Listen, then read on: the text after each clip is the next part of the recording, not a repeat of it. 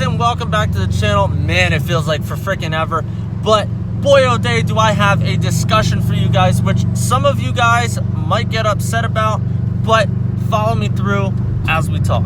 So for those of you guys that have been following the channel from the start, you will know that we started off this channel with a certain slew of cars. Yes, I use the word slew, but we started out with obviously the Blaubai WRX, which we are in right now, which I'll kind of go through and I'll show you guys some like clips and some pictures and stuff like that of each vehicle that has been on the channel since we started the channel a year ago.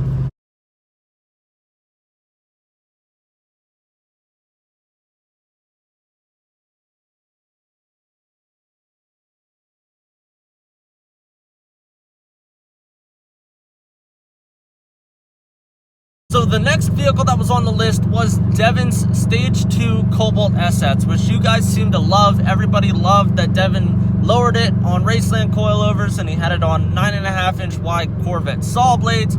Everybody loved that car, but Devin had, you know, kind of a different outlook on what he wanted to do. So Devin wanted to go ahead and get something that is reliable, good on gas, and, you know, so he ended up buying a Sonic. Now, the Sonic that he bought, he loves. I'm not going to bash Devin for buying a Sonic at all, but he looks back and he wishes he still had the Cobalt as a project, something to do. Now, he does have a 1988 Camaro just like I do, but I kind of want to take things to a next level.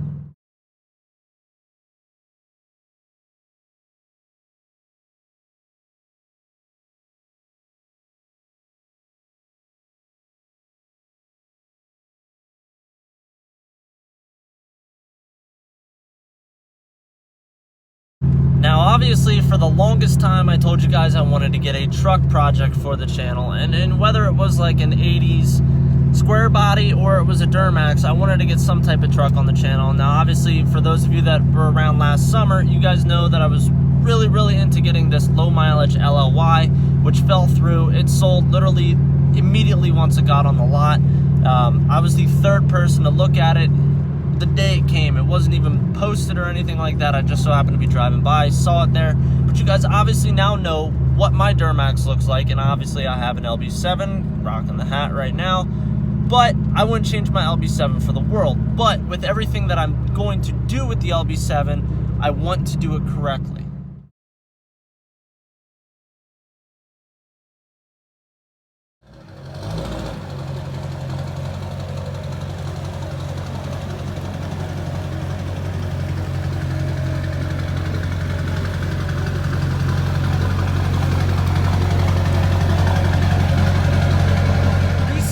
Did sell the old Mark IV Stage 2 Plus Euro Customs Tune GTI. That car I had for the longest time. It was a blast. It was so much fun to drive, and who doesn't love having two-step? But now that I don't have that, I feel like I'm missing something in the power department.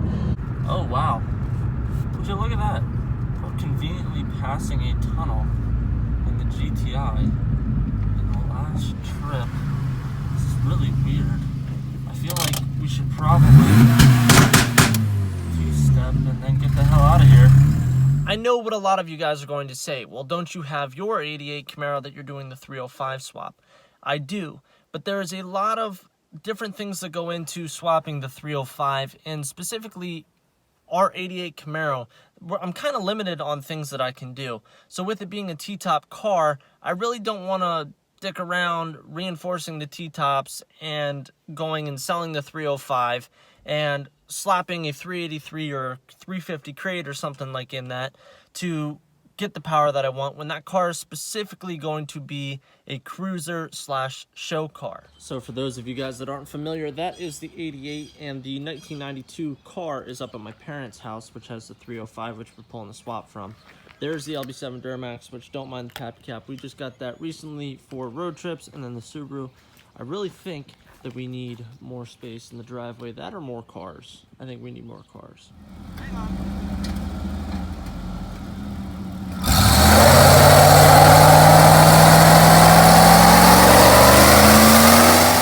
All right, guys, so here is the idea. So the idea is I want to build a car that has 400 to 500 horsepower. That is the range that I'm looking for.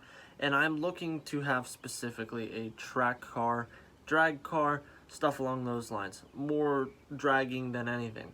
So the Subaru is great. It is. It is fantastic. It's a WRX. It is not the 2.5, it is the 2.0. The stock rods that are in that, no offense, Subaru, they kind of suck. You can't push more than 300 horsepower and start running into issues. And on top of it, the 5-speed tranny, the manual tranny that is in that, is ass. It's literally like a glass transmission. So my main reasoning for getting that Subaru and having the Duramax at the same time was, obviously I have a 5-month-old baby. The Duramax was bought not only for me, but for Camera to drive around. Something that's 4-wheel drive, that she can drive in the winter, there's lots of space. Boom, good, I'll hold on to the Subi. It's now to a point where I don't need the Subaru. It's done what it's needed to do. I wanted 2 all-wheel drive, 4-wheel drive vehicles for the winter time, so we were both okay. I'm leaning towards getting like a Jeep. Getting her specifically like a Jeep Compass or something like that. And I know a lot of you guys are going to want to see a Wrangler on the channel, but we want to keep it kind of at the $15,000 range specifically for her. So we've seen a 2015 with 28,000 miles for $15,000, and to me that's a freaking steal. The back seat is flat, so it's freaking awesome for car seats, you know. And once she gets that, which is then 4-wheel drive, we don't have a need for the Subaru, which then opens the doors for me to get something that we can use as a drag car. I have been leaning heavily towards something with an LS. So I would like to do a heads and cam LS. Now, the kicker is to find a rolling 4th gen Camaro with an LS. You're still talking about $2,500 just for the roller, even if the motor's blown, yada, yada, yada. I found a 1995 Z28 Camaro, has no motor, no trans, $300. Everything is in it but the motor and the trans. So for $300, we could have a 95 Z28 to build however the hell we want to do it. So if I want to LS swap that 4th gen, I can do that. If I want to pick up an LT1 and a 6-speed transmission to throw in it, it's not going to cost me much. To buy an LT1, you're talking $400 or $500 to get an LT1. So I'm leaning heavily towards that. I know you guys love the Subaru. I love the Subaru. I kind of don't have a need for it anymore, especially if we decide to go get the Compass. If we get the Compass, it will stay stock, so don't get all excited. The Compass will stay stock. But that opens up a lot more doors for the truck and to get a car for the strip. And I would love nothing more than to have a drag car between the 4 and 500 horsepower range, which, like I said, for me to get the Subaru to that point, you're talking a shit ton of money.